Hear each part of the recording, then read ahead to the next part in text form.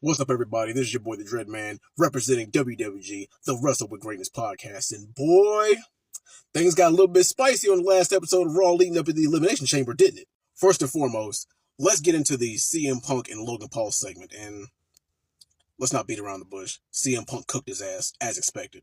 Now, Logan Paul, he is getting a lot better with his promo skills. But then again, Logan Paul's a heel. It's not really that hard to cut a heel promo. All you really got to do is make the crowd not like you, and he already has heat outside of wrestling. But all in all, he's doing a lot better at promoting and getting the hype going into the Elimination Chamber. Now, I think it's a pretty safe bet that either John Cena or CM Punk's going to walk out the winner of this Elimination Chamber. But it all depends on what happens with Cody and decides if he wants to turn heel or not. But CM Punk was my favorite to win, especially since the promo that he cut last week and the one before the Royal Rumble.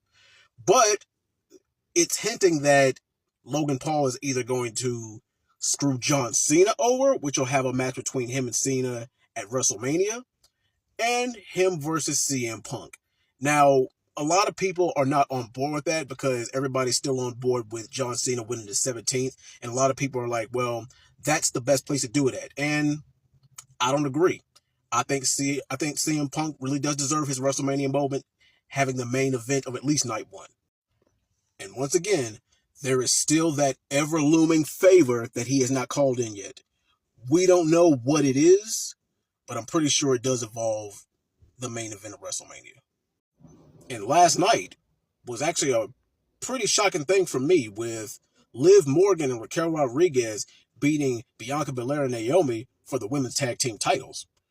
Now, we knew they were going to drop them eventually because of the ever-looming Jade Cargill feud, but I didn't expect to drop them this soon. I expected it maybe another couple weeks out, maybe about 5 to 4 weeks before WrestleMania, but this just made things a lot more interesting. Now, just a couple of questions. First question is, how long do you guys think that this title reign is going to last? Me personally, I think it's going to be pretty lengthy. I think it's going to last well up until the Judgment Day breakup. Hell, maybe even after that, if I'm being risky about it. And second question is, with Bianca Belair and Naomi losing these tag titles, are we going to see Jade Cargill come back at Elimination Chamber? Because both of those women are in it, and we don't know who attacked her.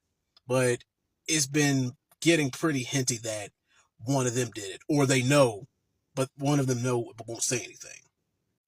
And last but not least, everybody has been kind of dumping on the build between Gunther versus Jey Uso at WrestleMania 41.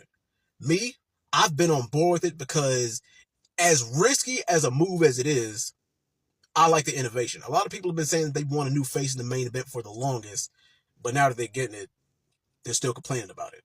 And for you guys who are against this match, you guys are forgetting two things. One, Jey Uso is the most over guy in the company right now, at least on Monday Night Raw.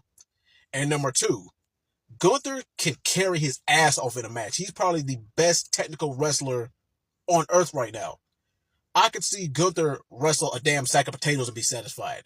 So, for everybody who's saying that the promo on the bill isn't good, give this match a chance. And guys, at the end of the day, this is professional wrestling. I know, I get it.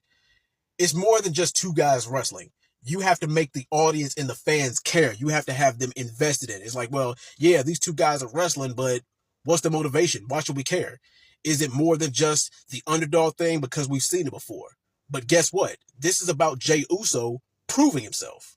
And Gunther, who rarely loses clean, we're starting to see cracks in his armor. He's starting to believe, well, I have this belt, but am I a real champion? But overall, despite the kind of dry build, I think that we're going to be in for at least a 4-star match with these two at WrestleMania. But anyway, guys, that'll do it for today's episode of WWG, the Wrestle with Greatness podcast. Like, comment, subscribe, and I will see you guys next time. Peace.